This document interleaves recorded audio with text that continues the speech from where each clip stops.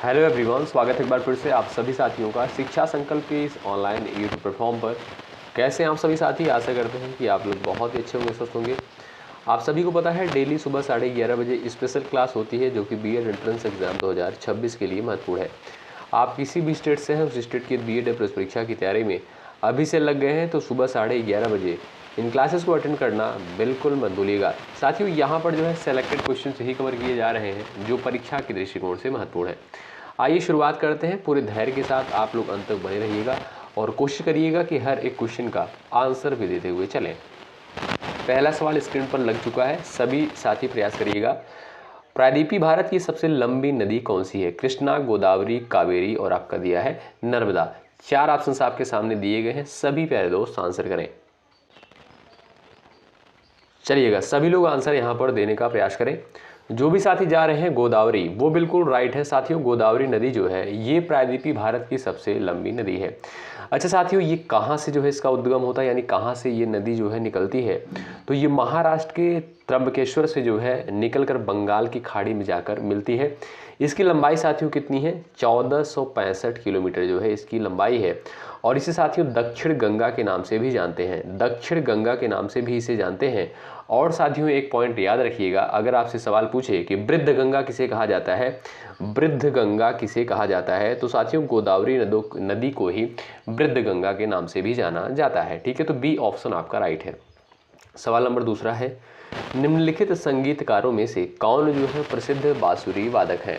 पंडित हरिप्रसाद चौरसिया, पंडित रविशंकर, उस्ताद बिस्मिल्लाह खान, उस्ताद अमजद अली खान। चलिए सभी दोस्त प्रयास करें आंसर देने के लिए। प्रसिद्ध बांसुरी वादक कौन थे? आपका राइट आंसर साथियों हो जाएगा पंडित हरिप्रसाद चौरसिया। याद रखिएगा, बहुत ही फेमस बांसुरी वादक थे।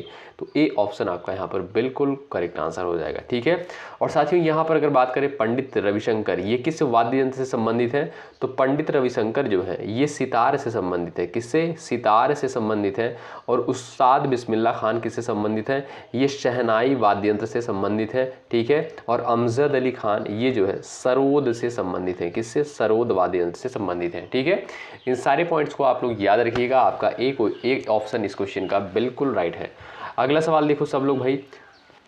सवाल नंबर तीसरा कहता है, चोल काल में सोने के सिक्कों को किस नाम से जाना जाता था? रूपक, दिनार, कुलुंजू दिया है, काशू दिया है। 4 ऑप्शन आपके सामने दिए गए हैं। एक बार सभी प्यारे साथी कोशिश करिएगा आंसर देने के लिए। चलिए, आपका सही आंसर दोस्तों हो जाएगा यहाँ पर कुलुंजू। क्या भाई? चोल काल के जो सोने के सिक्के थे उन्हें जो है कुलुंजू नाम से जानते थे। ऑप्शन नंबर 3 जो दिया है यही आपका बिल्कुल राइट आंसर हो जाएगा साथियों। ठीक है, सवाल नंबर चौथा आपके स्क्रीन पर है, आंसर करिएगा सब लोग। सर्वप्रथम कोशिका का पता किसके द्वारा लगाया गया था? बताइए। रॉबर्ट हुक के द्वारा, श्वान के द्वारा, स्लाइडन के द्वारा, डार्विन के द्वारा। एक बार कोशिश करें आंसर देने के लिए। इसका सही आंसर क्या हो जाएगा बताएं। सर्वप्रथम कोशिका का पता जो है किसके द्वारा लगाया गया था?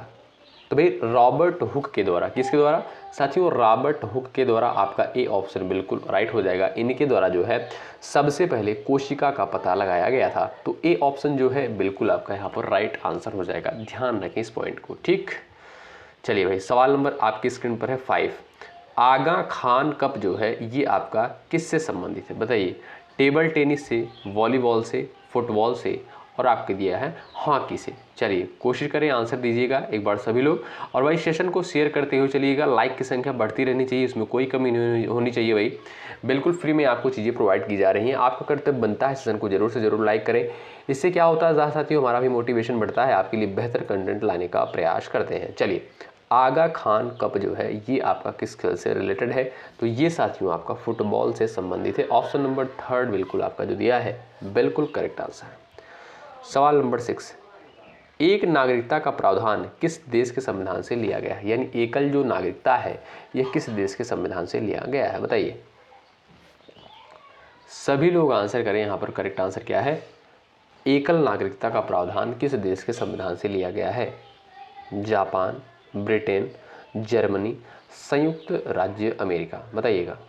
तो आपका सही आंसर साथियों हो जाएगा ब्रिटेन। ठीक है भाई, कहाँ से? ब्रिटेन से जो है एकल नागरिकता का प्रावधान लिया गया है। सेकंड ऑप्शन बिल्कुल राइट है।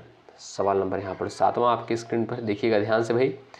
ग्रीन हाउस प्रभाव के कारण पृथ्वी का तापमान जो है कम हो रहा है, पृथ्वी का तापमान इंक्रीज यानी बढ़ रहा है, पृथ्वी का तापमान स्थिर है, उपरोक्त में से कोई नहीं। सवाल नंबर 7 स्क्रीन पर है, एक बार सभी दोस्त आंसर करिएगा। ग्रीन हाउस प्रभाव के कारण जो है पृथ्वी के तापमान में क्या परिवर्तन हो रहा है, बढ़ रहा है, घट रहा है कि स्थिर है? तो आप कहोगे सर यहाँ पर राइट आंसर हो जाएगा बढ़ रहा है। ऑप्शन सेकंड जो दिया है बिल्कुल करेक्ट आंसर हो जाएगा। ठीक है, अगला सवाल ये रहा आपके स्क्रीन पर है, नेशनल स्टॉक एक्सचेंज का मुख्यालय जो है कहाँ पर स्थित है, बताइए। चलिए, नेशनल स्टॉक एक्सचेंज का मुख्यालय कहाँ पर स्थित है? चेन्नई में, दिल्ली में, मुंबई में, बेंगलोर में, बताएं।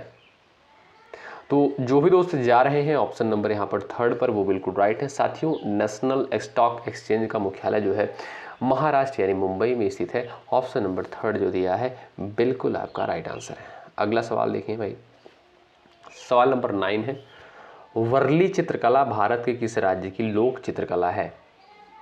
महाराष्ट्र, मिजोरम, कर्नाटक, मणिपुर। 4 ऑप्शन आपके सामने दिए गए हैं, सभी दोस्त आंसर करिएगा। वर्ली चित्रकला जो है भारत के किस राज्य की लोक चित्रकला है? तो आप कहोगे सर महाराष्ट्र। जो भी साथी ए ऑप्शन पर गए हैं भाई वो बिल्कुल यहाँ पर राइट है, महाराष्ट्र आपका बिल्कुल सही उत्तर होगा। ये रहा आपका सवाल नंबर नेक्स्ट। किसके शासनकाल में सबसे अधिक मंगोल आक्रमण हुए? बलबन, अलाउद्दीन खलजी, मोहम्मद बिन तुगलक, फिरोज शाह तुगलक, बताइए। ये रहा आपके सामने सवाल नंबर 10 और सभी लोग आंसर करिए। किसके शासनकाल में सबसे अधिक मंगोल आक्रमण हुए? आपका राइट आंसर क्या हो जाएगा, चलिए बताइए।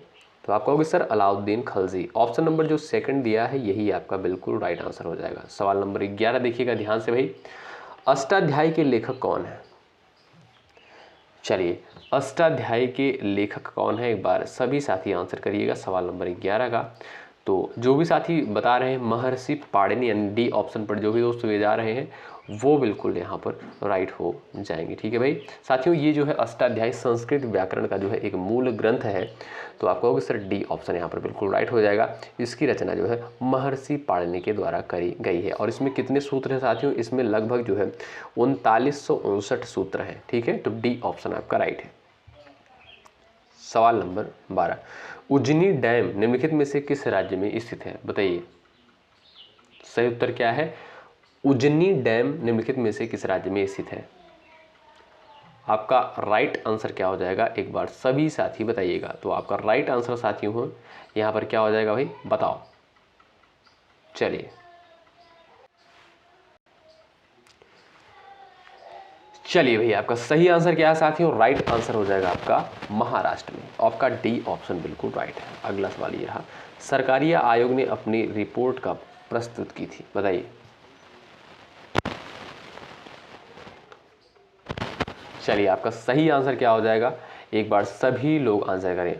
और सरकारी आयोग जो है साथियों इसका गठन क्यों किया गया था, ध्यान रखिएगा साथियों। इस आयोग का गठन जो है पंचायती राज प्रणाली के सुधारों के लिए गठित किया गया था। ठीक है, और आप कहोगे सर यहाँ पर राइट आंसर हो जाएगा क्या भाई, ऑप्शन नंबर सेकंड 1986। ठीक है, तो सरकारी आयोग ने अपनी रिपोर्ट कब प्रस्तुत की, 1986 में। ऑप्शन सेकंड आपका यहाँ पर बिल्कुल राइट आंसर है, ध्यान रखें। अगला सवाल, उर्दू किस भाषा का शब्द है? तुर्की, फारसी, अरबी और आपका दिया है संस्कृत, बताइए।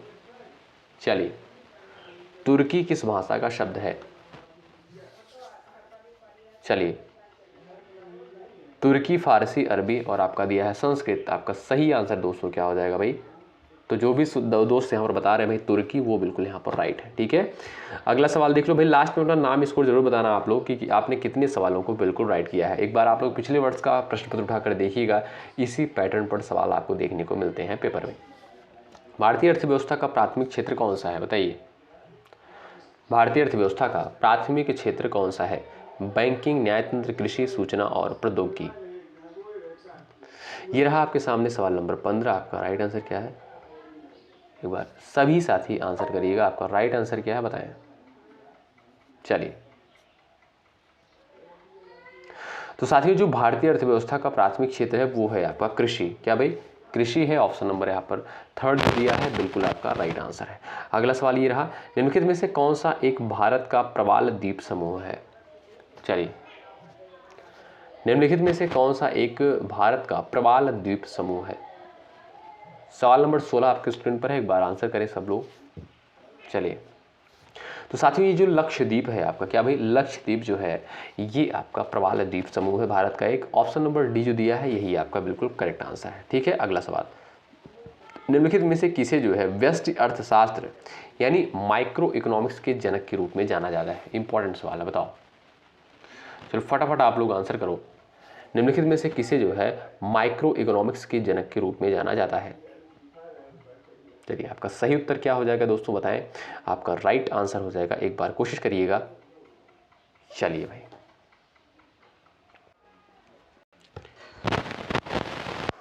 चार ऑप्शंस दिए गए हैं, James J Heckman, Milton Friedman, Alfred Marshall, Paul Krugman. आपका जो सही आंसर साथियों है इस सवाल का वो है ऑप्शन नंबर 3। अल्फ्रेड मार्शल को जो है व्यष्टि अर्थशास्त्र यानी माइक्रो इकोनॉमिक्स का जनक कहा जाता है।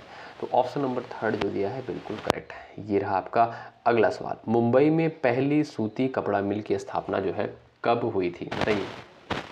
चलिए, 1876 में, 1867 में, 54 में, 45 में, बताओ। मुंबई में पहली सूती कपड़ा मिल की स्थापना कब की गई थी। सभी का आंसर आना चाहिए सवाल के लिए। तो जो भी साथी बता रहे हैं भाई यहाँ पर 1854, वो बिल्कुल यहाँ पर राइट है। ठीक है साथियों, 7 जुलाई, कब भाई, 7 जुलाई 1854 को जो है स्थापित करी गई थी मुंबई में पहली सूती कपड़ा मिल। ठीक है, तो ऑप्शन नंबर आपका जो 3 है बिल्कुल आपका यहाँ पर राइट है। और ये रहा साथियों आपके सामने सवाल नंबर 19, और ध्यान से पढ़ें, आंसर करें। चलिए, गुरु नानक देव का जन्म जो है कहाँ पर हुआ था। चलिए, ये रहा आपके सामने सवाल नंबर 19, गुरु नानक देव का जन्म जो है कहाँ पर हुआ था और कब हुआ था, ये भी आप बता सकते हो। साथियों, गुरु नानक देव का जन्म जो है ये आपका तलवंडी में हुआ था। कहाँ पर दोस्तों, तलवंडी में। और कब, 1469 में। कब, 1469 में। तो ऑप्शन नंबर आपका सेकंड राइट हो जाएगा, 15 अप्रैल 1469 में इनका जन्म हुआ था तलवंडी में। अगला सवाल आपके स्क्रीन पर है, हीलियम में इलेक्ट्रॉनों की संख्या कितनी होती है। 2, 4, 3, 5। हीलियम में इलेक्ट्रॉनों की संख्या कितनी होती है, 2 होती है, 4 होती है, 3 होती है, या आपका यहाँ पर 5 होती है, बताइए। चलो भाई, तो भाई यहाँ पर देखिएगा साथियों, जो भी दोस्त बता रहे हैं ऑप्शन नंबर ए यानी 2, वो बिल्कुल यहाँ पर राइट है। ए ऑप्शन वाले दोस्त यहाँ पर बिल्कुल करेक्ट हो जाएंगे। अगला सवाल देखो भाई, सेशन को शेयर जरूर करें आप लोग, एक लाइक जरूर करें, इससे हमारा मनोबल बढ़ता है, आपके लिए बेहतर कंटेंट लाने का प्रयास करते हैं। ठीक है, चलिए, निशान ए पाकिस्तान की उपाधि किस भारतीय को मिली है। 21 का आंसर बताइए आप लोग। निशान ए पाकिस्तान की उपाधि जो है किस भारतीय को मिली है।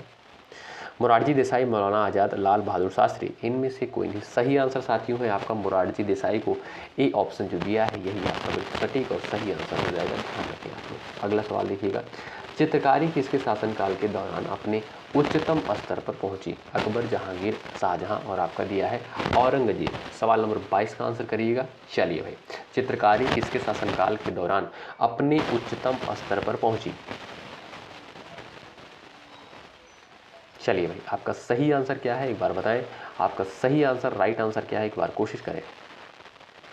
चलिए, तो भाई ध्यान रखें, जहांगीर के शासनकाल में जो है, ध्यान रखिएगा, जहांगीर के शासनकाल में जो है चित्रकारी अपने जो है उच्चतम स्तर पर पहुंची थी। ऑप्शन सेकंड आपका यहाँ पर बिल्कुल राइट हो जाएगा। आपने पढ़ा होगा कि जहांगीर को जो है चित्रकला में बहुत ही गहरी रुचि थी। ठीक है, तो बी ऑप्शन आपका राइट है।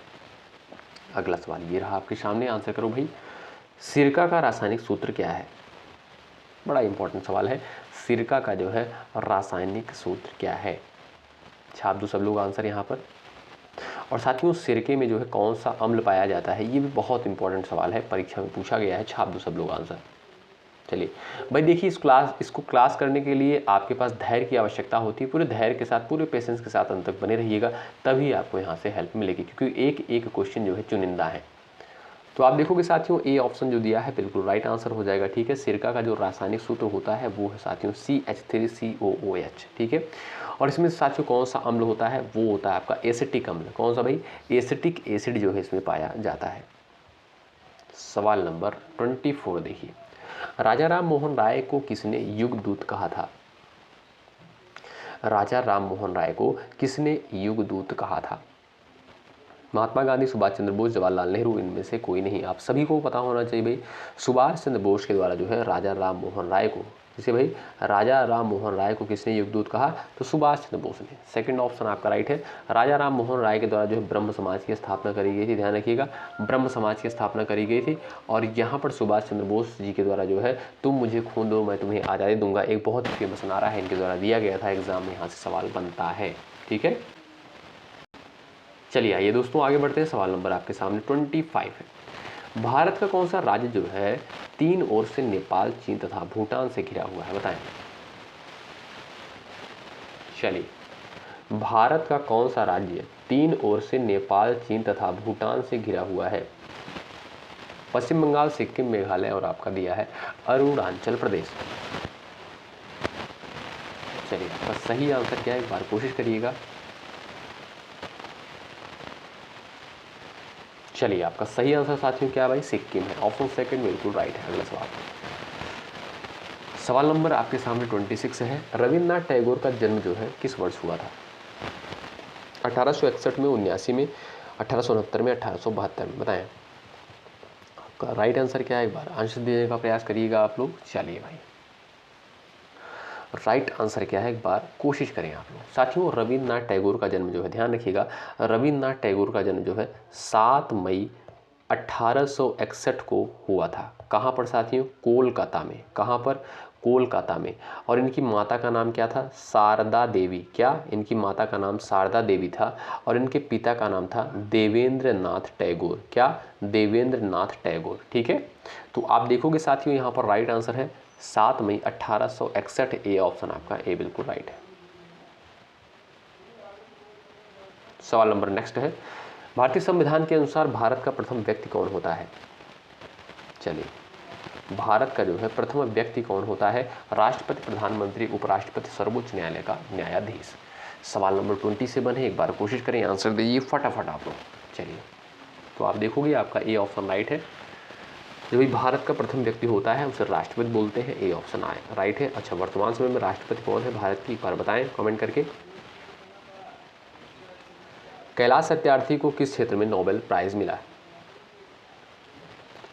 कैलाश सत्यार्थी को किस क्षेत्र में नोबेल प्राइज मिला था। चलिए बताइए। सवाल नंबर 28 का आप लोग आंसर करिएगा। कैलाश सत्यार्थी को किस क्षेत्र में नोबेल प्राइज मिला था। रसायन क्षेत्र में, अर्थशास्त्र, भौतिकी और आपका दिया है शांति के क्षेत्र में। आपका जो सही उत्तर हो जाएगा साथियों शांति के क्षेत्र में। ऑप्शन नंबर डी बिल्कुल राइट। अगला सवाल में, धूपगढ़ चोटी भारत के किस राज्य में स्थित है, बताइए। धूपगढ़ चोटी भारत के किस राज्य में स्थित है। राजस्थान, उत्तर प्रदेश, मध्य प्रदेश और आपका दिया है गुजरात। आपका सही आंसर क्या है, एक बार सभी दोस्त आंसर करिएगा। चलिए, तो साथियों ये जो है आपका मध्य प्रदेश में, कहाँ पर साथियों, ये आपका मध्य प्रदेश में स्थित है। आप देखोगे आपका जो थर्ड ऑप्शन दिया है यही बिल्कुल राइट आंसर हो जाएगा, ठीक। अगला सवाल ये रहा आपके सामने। चलो भाई, सवाल नंबर 30 से ध्यान से देखिए।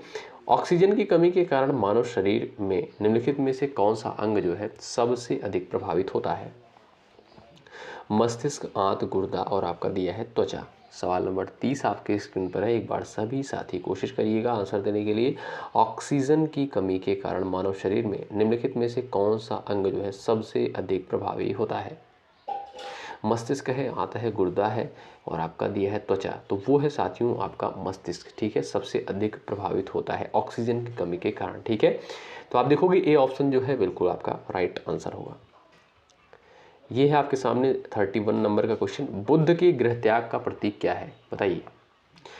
गौतम बुद्ध के गृह त्याग का प्रतीक क्या है। घोड़ा है, बैल है, हाथी है और आपका दिया है भेड़। 4 ऑप्शन दिए गए हैं, एक बार आंसर करिएगा आप लोग, प्रयास करें, कोशिश करें। तो साथियों ये हो जाएगा आपका घोड़ा। क्या भाई, घोड़ा जो आपका दिया है यही बिल्कुल राइट आंसर हो जाएगा। और साथियों गौतम बुद्ध की जो गृह त्याग की घटना है इसी महाभिनिष्क्रमण कहते हैं। क्या, महाभिनिष्क्रमण कहते हैं। तो ए ऑप्शन वाले दोस्त यहाँ पर बिल्कुल राइट आंसर हो जाएगा, ठीक है। आगे बढ़े भाई, चलिए सवाल नंबर 32 का देखिए। सवाल नंबर 32 ध्यान से देखिए। भारत की 5वीं पंचवर्षीय योजना का मुख्य उद्देश्य क्या था। 32 का आंसर बताइए। भारत की 5वीं पंचवर्षीय योजना का मुख्य उद्देश्य क्या था। तो साथियों भारत की जो ये 5वीं पंचवर्षीय योजना थी, इसका मुख्य उद्देश्य था गरीबी उन्मूलन। क्या भाई? गरीबी दूर करना, यानी गरीबी उन्मूलन। ऑप्शन सेकंड जो दिया है बिल्कुल आपका सही उत्तर होगा। 33 का आंसर करिए। वी आकार की घाटी किससे बनती है? भूमिगत जल से, हिमनद से, नदी से, झील से। वी आकार की घाटी जो है किससे बनती है? चलिए बताइए।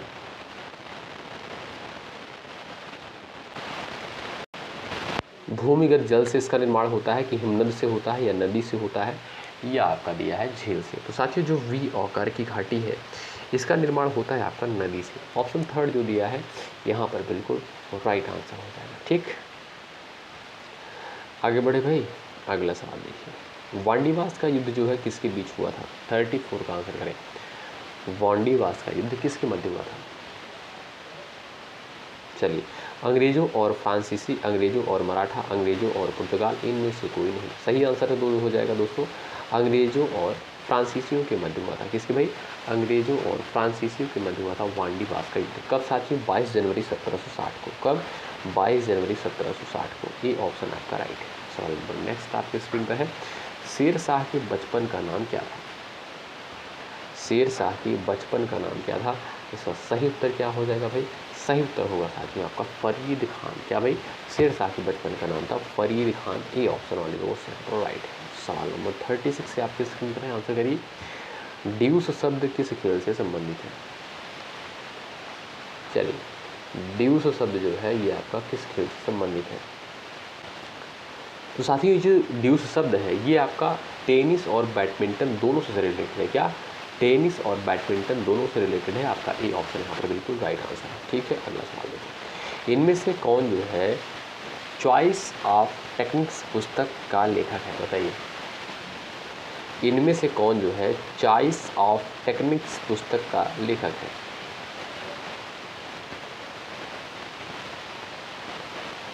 चलिए, सही आंसर क्या है बताएं।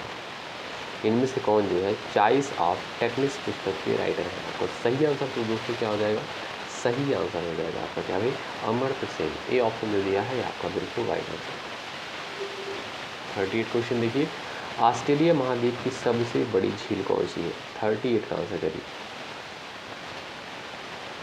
ऑस्ट्रेलिया महाद्वीप की सबसे बड़ी झील का नाम बताइए।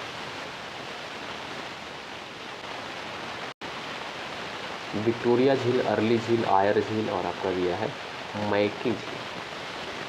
तो यहाँ पर आपका सही आंसर क्या है भाई? साथियों आयर झील जो है ये ऑस्ट्रेलिया महाद्वीप की सबसे बड़ी झील है।